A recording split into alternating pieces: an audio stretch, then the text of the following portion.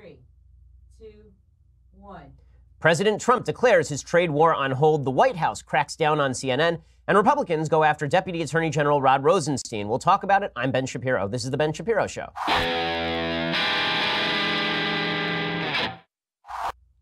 Many a new piece of news will meet my eye. Many a new day shall find me. Well, we'll talk about all of the things that are breaking in the news. First, I need to let you know that if you have not actually bought a ticket yet for our live events in Dallas and Phoenix, what are you doing?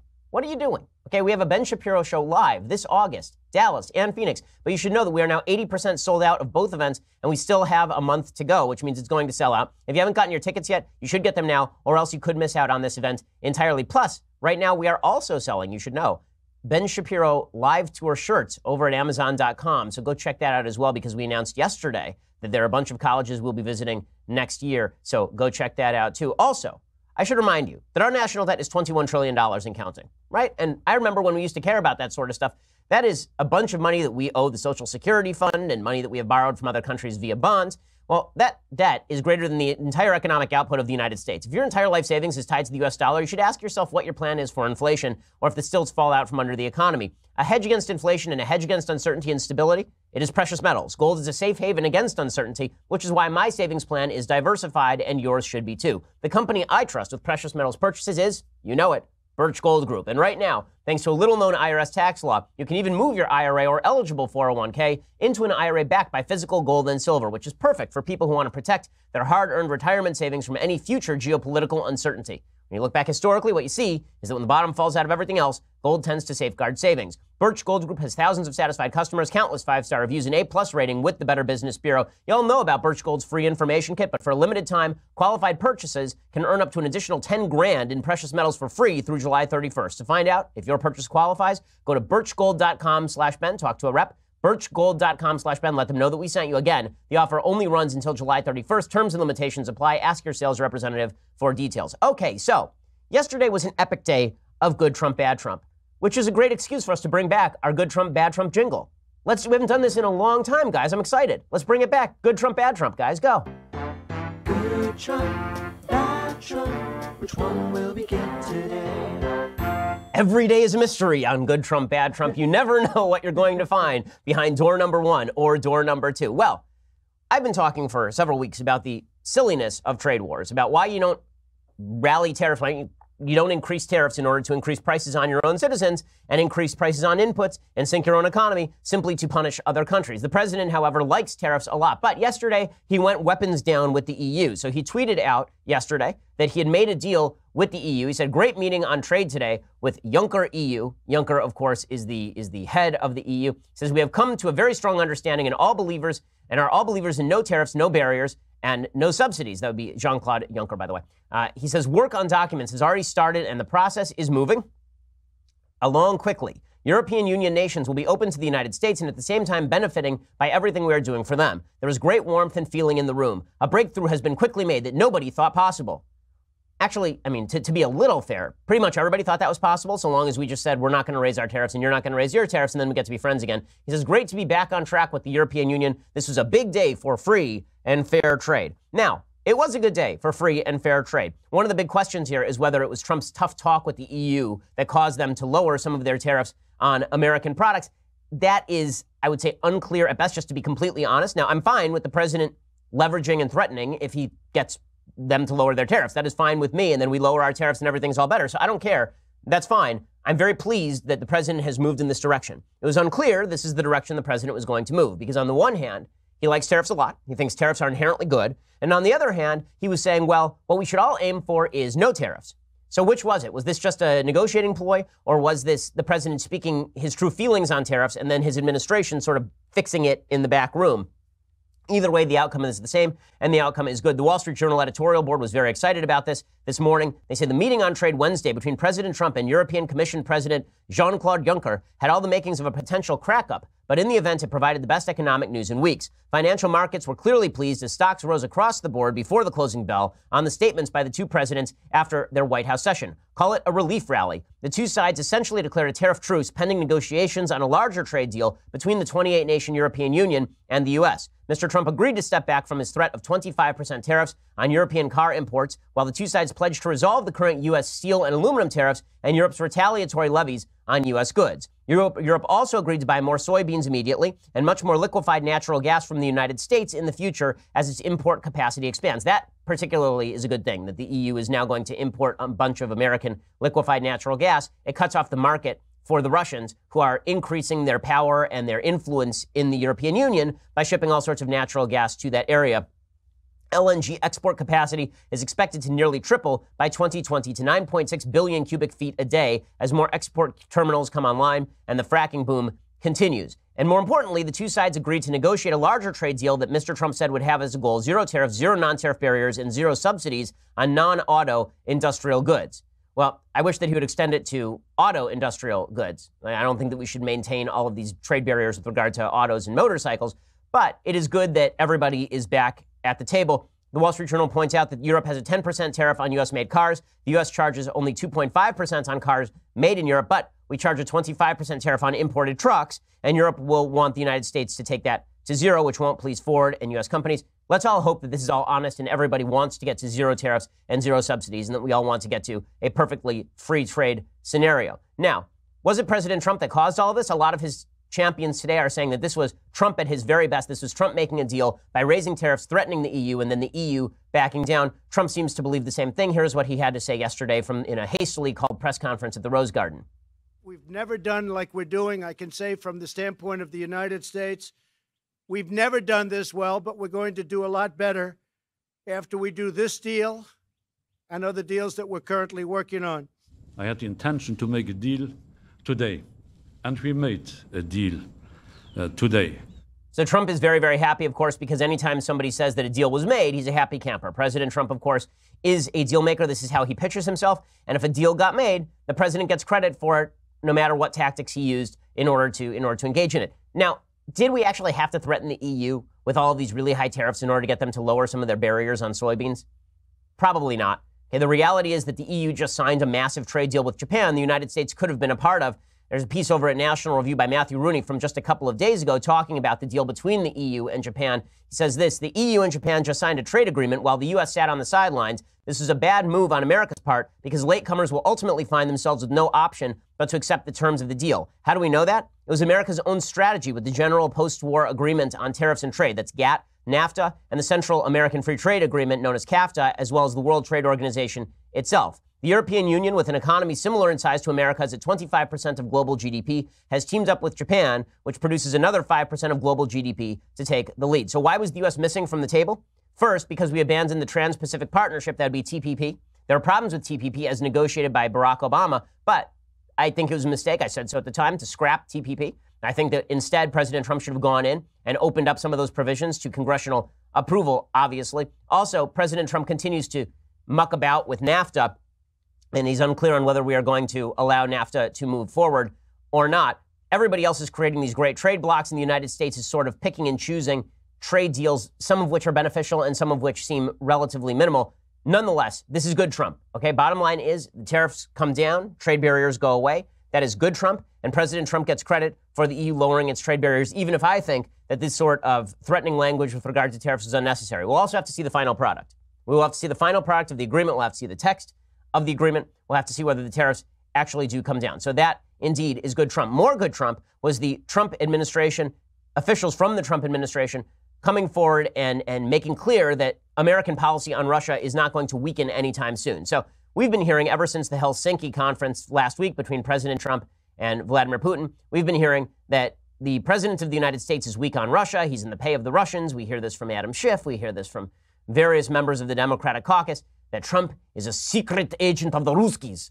Well, that actually is not true, as evidenced by the policy of the administration. Now, I suggested in the last couple of weeks that there is this massive gap between President Trump's rhetoric and the actions of his administration. And it's one of the reasons, I think, that the left can't understand why so many conservatives support President Trump. They say, well, President Trump says crazy things you never accept from Barack Obama. And the answer is, Right. But then none of that stuff happens. So when President Trump says a lot of nice things to Vladimir Putin, none of it actually materializes. Also, I do have to acknowledge that this is hilarious. You know, when Vladimir Putin, the dictator of Russia, actually, you remember, he handed Donald Trump a soccer ball. Do you remember this? He handed him a soccer ball as a sort of memento that he was going to keep from this conference. It turns out the soccer ball did indeed have embedded inside it a chip that allowed it to broadcast to cell phones in the area. So it actually was a spy device, apparently. There's a report that it was actually a spy device that was handed from Vladimir Putin to Donald Trump. But Donald Trump did not fall for it because Donald Trump knows soccer. That's a man who knows his football right there. So does any of Trump's rhetoric actually make a difference? It's a serious question that we have to answer with regard to all of these policies. He talks tough on the EU, but then he signs a trade deal with them, which is good. He talks weak on Russia, but then his administration is pretty harsh on Russia. Mike Pompeo, who's the new Secretary of State, the new and improved Secretary of State, he was testifying before Congress. He says, listen, we haven't changed our policy on the Russians invading Crimea and the Ukraine. They need to get out. Well, what about all the talk that this administration was the Manchurian candidate, that it was in the pay of Vladimir Putin? Well, not so much. Here's Mike Pompeo. Today, the Trump administration is releasing what we're calling the Crimea Declaration. One part reads as follows, quote, the United States calls on Russia to respect the principles to which it has long claimed to adhere and to end its occupation of Crimea. Okay, so all of that is good. And then Pompeo continues to say, listen, we're not weak on Russia. And he keeps saying we're weak on Russia. We're not the Obama administration, guys. Like, the president may say some stuff, but him saying stuff doesn't necessarily mean that's the stuff that's actually implemented. It's important, Senator. Comparison matters here because there's a narrative that is developed that somehow President Trump is weak on Russia, and when in fact the converse is true. Okay, and then Bob Menendez, the terrible senator from New Jersey, he starts trying to go after Pompeo, suggesting, of course, that President Trump is indeed soft on Russia, and Pompeo just destroys him. Senator, I'm telling you what he had a conversation with Vladimir Putin about.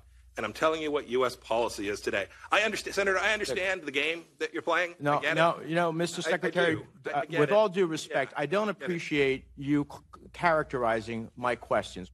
Okay, but I don't appreciate the questions characterizing the Trump administration as some sort of lackey institution for the Russians. It's just a bunch of nonsense. In just a second, I'm going to explain why Trump's slight disconnect from his administration actually sometimes is a good thing. But first, let's talk about how you eat. And I don't mean that you're not eating healthy. I don't mean that you're not eating good food. I mean you're not eating home cooking, okay? You're going out to restaurants too much. Let's be honest about this. You're spending all your money going out to restaurants, and you don't actually get the joy of cooking with your kids. So I have 2 kids under 5. I love cooking with them. Every morning I get up with them, and we make eggs together, and it's a blast. And they break a couple eggs on the floor, and it's a giant mess, but it's a lot of fun. Well, you can cook with your family and make better food than just eggs with our friends at Blue Apron. Blue Apron is an awesome meal delivery service, okay? They have all sorts of great stuff. We're talking honey chipotle glazed chicken with poblano and lime rice. We're talking about, I'm looking at these meals right here. We're talking about, let's see, sweet chili beef and vegetable stir fry with garlic rice, barbecue vegetable flatbread with Swiss cheese. I mean, all this stuff is gourmet stuff, and you could be making it in your own kitchen with your kids tonight. They provide convenience and variety. Blue Apron delivers fresh, pre-portioned ingredients and step-by-step recipes directly to your door. They can be cooked in under 45 minutes. The menu changes every week based on what's in season. It's designed by Blue Apron's in-house culinary team. Blue Apron offers 12 new recipes every week. Customers can pick 2, 3, or 4 recipes. It's awesome stuff. People around the office get Blue Apron, and they really, really enjoy it. And right now, you can check out this week's menu, get your first 3 meals for free at blueapron.com/Shapiro. That's blueapron.com/Shapiro to get your first 3 meals for free. Blue Apron is indeed a better way to cook. Go use that promo code Shapiro. It lets them know that we sent you. Okay, so President Trump's policies continue to be quite good, even if his rhetoric continues to be not so good. Now, all we need is for his rhetoric to actually mirror his policies. If President Trump's rhetoric mirrored his policies, he'd be in a lot better shape right now. And I say this as somebody who wants the President of the United States to succeed because I like a lot of the policies his administration is putting in place. One of the problems, however, that I'm seeing is, and this is where the bad Trump comes in, the president's rhetoric does matter when it comes to some of the polling data. There was a poll yesterday that shows Democrats are now plus 12 in the congressional generic ballot. Okay, that is not a good number. There were 2 separate polls having Democrats up 12. That means the Democrats not only take the House, there's a good shot they take the Senate as well. The Republicans who are now running behind in Arizona, which is insane. They should not be running behind in Arizona, where there's a very, very good candidate running, Martha McSally. They should not be running behind in some of these other states. They shouldn't be running behind Joe Manchin in West Virginia, the reddest state in America by Trump vote. Okay, there's just no way this should be happening. Trump's approval ratings are still where they were, but when you dig down, what you see is some trouble for President Trump. There's a poll from NBC News today in the swing states, Michigan, Minnesota, Wisconsin, and the poll is, does Trump deserve re-election?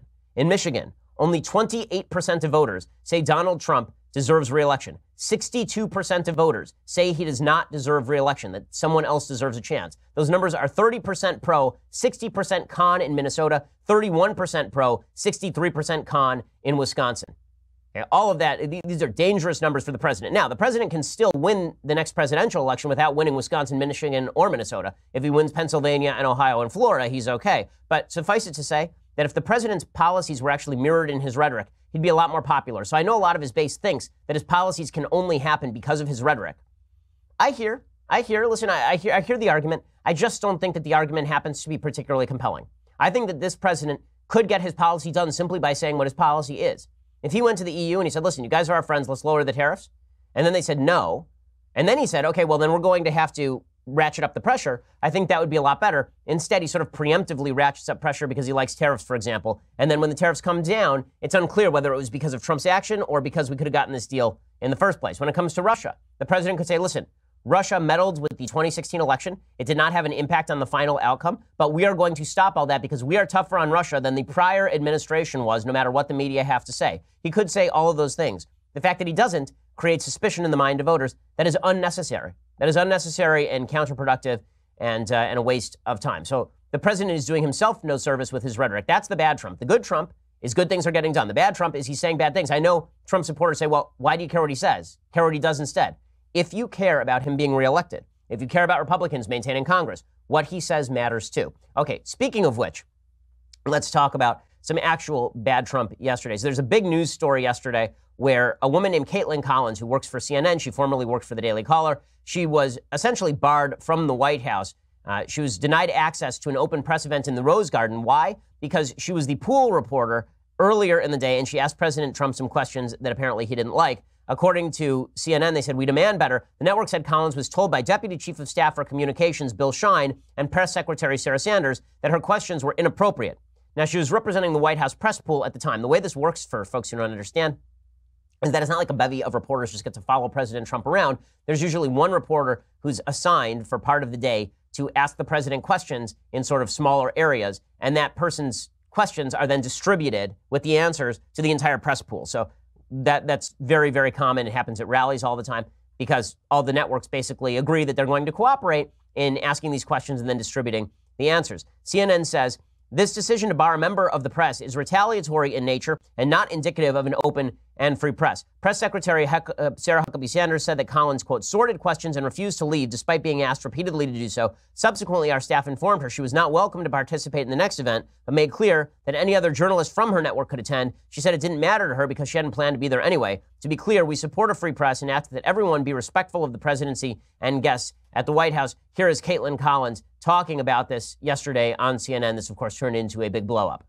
So I was blocked from attending an open press event here at the White House because the White House did not like the questions I posed to President Trump earlier in the day during an event in the Oval Office with the president of the European Commission. Did Michael Cohen betray you? Thank you very much.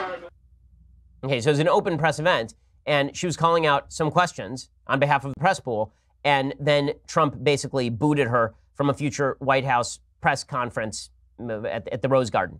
And this became a huge story because the idea was she asked tough questions, Trump didn't like it, and now they're going to prevent her from entering. Now, Trump says it was because she was rude.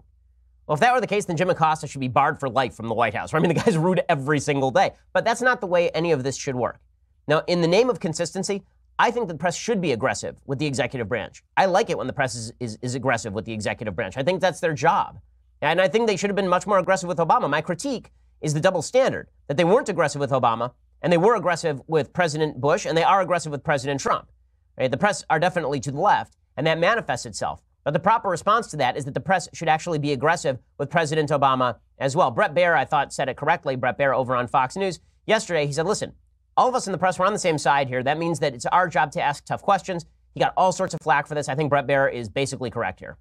As a member of the White House press pool, Fox stands firmly with CNN on this issue of access. So far, no response from the White House. Okay, Bret Baier got all sorts of crap for this. But again, you should want a press asking questions. Your real critique of the press should be that they didn't ask questions to Democrats, not that Republicans should be able to boot people. Now, I'll show you an example of the double standard here with regard to the press coverage. So this was an event at the White House, and this person was called a heckler. This is a transgender, quote-unquote, heckler who was present at some press conference that Obama was doing with Joe Biden, and this transgender reporter started asking questions about the deportation of LGBT immigrants, and Obama tossed the person to the cheers of members of the press. Americans is... Yeah, hold on a second. Okay, you know what?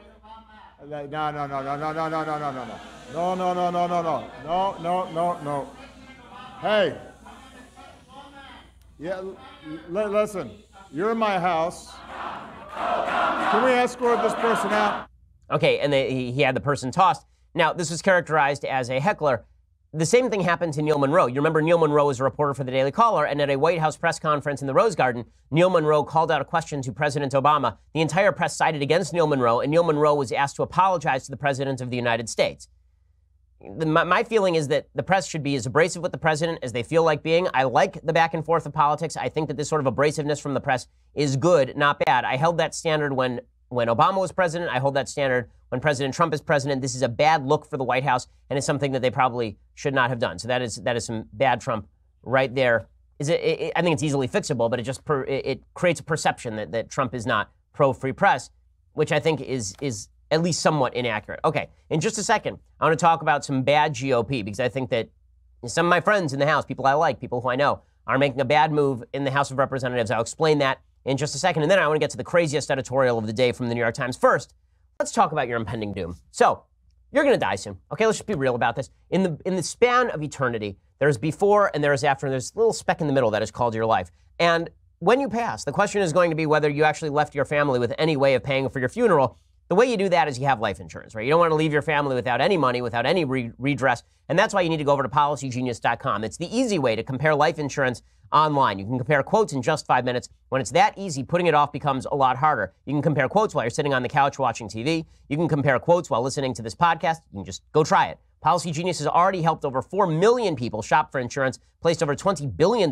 in coverage. And they don't just make life insurance easy, they do all insurance. They do disability insurance and renter's insurance and health insurance. You care about it? They cover it. So if you need life insurance, but you've been putting it off because you're a lazy bum, don't do it anymore. Go check out PolicyGenius.com, the easy way to compare top insurers and find the best value for you. No sales pressure, no hassle. It's free. PolicyGenius.com. You got nothing to lose except for that feeling of insecurity upon your impending doom. Go check it out. PolicyGenius.com right now and go get yourself some life insurance. Really, it's something any serious person should have. Okay, meanwhile, the GOP has decided to file articles of impeachment against Rod Rosenstein. So Rod Rosenstein, who is the Deputy Attorney General, he's in hot water because a lot of the members of the House, the Republicans, are very upset that the Deputy Attorney General is not fast enough to turn over records from the DOJ with regard to, for example, the FISA application for Carter Page, as well as records of the Trump-Russia collusion investigation. And they're very unhappy with the DOJ for all of this. So yesterday, House Freedom Caucus leaders Mark Meadows and Jim Jordan, both of whom I'm friendly with, both of whom I like, escalated their fight with the Justice Department, introducing a resolution to impeach Deputy Attorney General Rod Rosenstein. The resolution is not a sign the House is about to vote to impeach Rosenstein, as House Judiciary Chairman Bob Goodlatte and House Oversight Chairman Trey Gowdy, who've been pushing for documents from the DOJ, did not sign on. The House is leaving for a month-long recess after Thursday. This is the part where you start to say, this looks like a publicity ploy. And I say that with all due respect to representatives who I like and I'm friendly with. It looks like a publicity ploy if you can't get an actual vote on the impeachment, if it just looks like we're going to file for impeachment and then we won't hold a vote. If you're actually going to try and impeach somebody, you got to try and impeach them. By the way, very few people have ever been impeached in the United States. Like 19 people in the entire course of the history of the country have been actually impeached by the House, and I think only 8 have been convicted by the Senate and removed from office.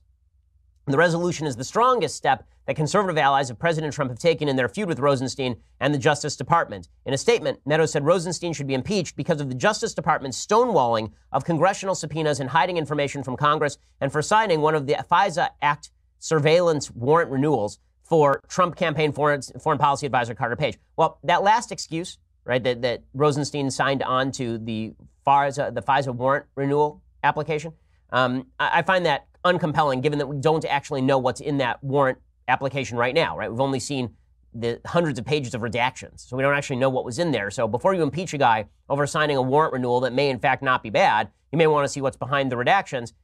There's also a bigger problem for the Republicans here. And that bigger problem is pretty simple. It turns out that Rod Rosenstein can be trumped. Literally trumped. President Trump can simply release all of these documents tomorrow. Rod Rosenstein is a member of the executive branch. The DOJ is a department of the executive branch. All Mark Meadows and Jim Jordan have to do is walk across the street to the White House, go into the Oval Office, and say, Mr. President, tell Rod Rosenstein that it's his job to release these documents or declassify them yourself. Just go do that.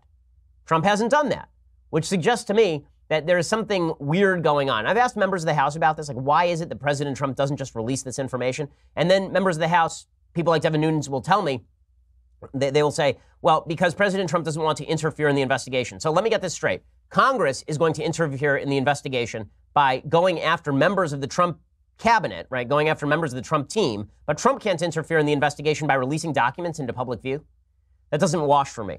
And I think it's a mistake. Even Andrew McCarthy over at National Review, who's been a legal booster of the president in the Mueller investigation, he says basically the same thing. He says, going after Rosenstein is obviously of secondary consideration. Plus, how's this going to go? You impeach Rosenstein. Let's say you get what you want. Not going to happen. Let's say you get what you want. Rosenstein goes away. And then President Trump nominates somebody new to fill that slot. And then the Republicans approve that somebody new. And that person walks through the front door and fires Bob Mueller. You think the blowback's not going to be on Trump? What do you think is going to cause more blowback? Republicans impeaching Rosenstein, replacing him, and having that person fire Mueller, or the President of the United States just declassifying documents so that the entire public can see them? The answer, of course, is that the first is going to be significantly more burdensome to the future of a Trump presidency than the president just releasing all of these documents himself. Also, it's worth noting, you know how many impeachment articles were filed against members of the Obama administration when Republicans were in charge of Congress? Giant zero. Giant zero. Eric Holder was held in contempt by Congress, and theoretically, Congress could hold Rod Rosenstein in contempt.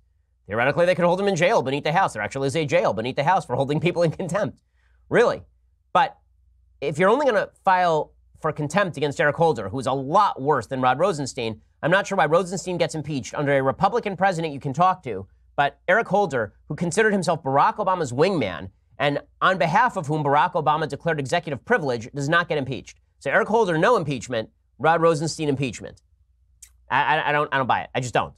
And maybe there's a good excuse. I have yet to hear it. So I haven't seen enough on this that makes me feel comfortable with what the Republicans are doing here. Now, speaking of stupid moves, there's an article in the New York Times today from the execrable Jessica Valenti. I know it's a word I use too much, execrable, but so many people are just full of it. Again, Jessica Valenti is the author of 6 books on feminism, which makes her just a drag at parties, got to tell you. Well, she is the author most recently of the memoir Sex Object, which is weird. And she has a piece in the New York Times today called What Feminists Can Do for Boys. Now, this could actually be a 3-word editorial. What feminists could do for boys. Leave them alone. Right? And then we could actually just all move on with our lives, but that's not what Jessica Valenti wants us to do. Jessica Valenti thinks that we should not leave the boys alone. Feminists must teach boys to be feminists. Teach boys not to rape. Teach boys to be little girls, basically. I mean, that's really what this editorial says. So she writes this. One of the many political ironies of our time is that feminism's most powerful cultural moment has coincided with the rise of extreme misogyny. While women protest, run for office, and embrace the movement for gender equality in record numbers, a generation of young, mostly white men are being radicalized into believing that their problems stem from women's progress. Well, no, I don't think that men believe that women in the workplace is a real problem, or women being able to choose what they want to do with their sex lives. I don't think there are a lot of young men who object to that, frankly. I don't think there are a lot of men who are sitting around thinking, man, these women, I wish they'd go back to the kitchen. This is a feminist canard that all of us are sitting here going, yeah, you know what? I wish my wife were barefoot and pregnant in the kitchen. It turns out that my wife can be barefoot, pregnant in the kitchen, and work a full-time job as a doctor. Wow, lots of things happening right there. It turns out she doesn't like wearing slippers. That's not my fault. She wants to wear slippers in the kitchen while cooking, and then I'll help her cook. And then she goes and she is a doctor saving people's lives. That's fine. That's fine. But there's this idea from the feminist left that young men who feel emasculated by the feminist movement, they feel emasculated because they fear women's empowerment. I don't fear women's empowerment. I fear emasculation. Right? Like a lot of people fear emasculation. I fear the idea that feminists actually want men not to protect women. They want men not to be masculine. They want men not to be men and have responsibilities for taking care of women and children. They want to read masculinity out of the world. And then they are surprised when men object to this. And I want to talk a little bit more about this in just one second. We'll continue with Jessica Valenti's horrible op-ed in the New York Times in just a second. But first, I want to talk about your health. Okay, the one constant in life is change. Society changes, technology changes, health innovations change as well. To stay on the cutting edge of today's fast-paced business environment, you can't rely on energy drinks and coffee to get you through the day. First of all, a lot of that stuff isn't particularly healthy. To crack the code on human performance, there's a team of top physicians, and they've gathered to form Brickhouse Nutrition. They came up with a great product called Dawn to Dusk. It's the most advanced formula to stimulate your heart, brain, and cells by providing clean energy and focus for up to 10 hours, no jitters, no afternoon crash. I remember when the ad agency president who represents Brickhouse actually came to visit us in the office last month. He'd flown all around the country, and the guy was up. I mean, there's a lot of energy in him. And the reason is because he was taking Dawn to Dusk, and then he was just tearing through his business meetings. Some of our producers have been taking it. Let me just say their output has increased dramatically. Dawn to Dusk will make you the sharpest guy on the conference call, the brightest mind in the meeting, the envy of the entire office, and you're not going to have to make yourself less healthy with sugary coffee and energy drinks that give you heart palpitations. Go to BrickHouseBen.com and use promo code Shapiro at checkout to get 15% off discount. Easy to remember, a Brickhouse Ben, because I am built like a brick house, guys. BrickHouseBen.com. Use promo code Shapiro at checkout to get a 15% off discount. And if you're listening to this podcast on your phone and you don't have internet access right now, text Shapiro to 41411. So 41411 for a text reminder for this promotion. Don't forget to use promo code Shapiro at checkout and get that 15% off. Try it. I promise you're going to love it. And the kick lasts a lot longer than a cup of coffee. Okay, before I go further with this Jessica Valenti nonsense and we talk about the feminist movement and how it's basically destroying, I think, the future of sexual relations in the country, but relations between the sexes, first, you're going to have to pay us. So go over to dailywire.com right now. Give us $9.99 a month. Take out your wallet, take out that $10 bill, send it to us. And when you do, you'll get the rest of this show live, the rest of Andrew Klavan's show live, the rest of Michael Knowles' show live. You get to be part of our mailbag, which we are doing tomorrow. Have all of your questions answered. Do it. You'll love it. Also, when you get the annual subscription, it's cheaper than the monthly. Go into that same wallet. If you have a $100 bill, send it to us one time. You don't have to worry about it for the next 12 months, and you save yourself $20. And you get this, the Leftist Tears Hot or Cold Tumbler. Now, let me explain this tumbler. Okay, this tumbler is just magnificent in every possible way. You will love every aspect of it. And there are people who say, well, Ben, you talk about civility, and yet you yourself sell a Leftist Tears Hot or Cold Tumbler. Right. It doesn't say liberal tears hot or cold, because liberals are people I can have a conversation with. It says Leftist tears hot or cold. Those are the people who scream at the sky after President Trump is elected and then write op-eds for the New York Times. And their tears should be drunk. Okay, it's not quite as healthy as Brickhouse Energy, but it's relatively healthy. Not bad for you. You got to hydrate. So go check it out right now. Replenish those electrolytes. Also, go subscribe over at YouTube or iTunes. Make sure that you subscribe because we have fantastic Sunday specials that come out every single Sunday with great guests. We have this week Mike Rowe, who's showing up, and it'll be awesome. He's a hilarious dude, and you'll really enjoy this Sunday special. It's a lot of fun. It was a lot of fun to do. Go check that out. We're the largest, fastest growing conservative podcast in the nation.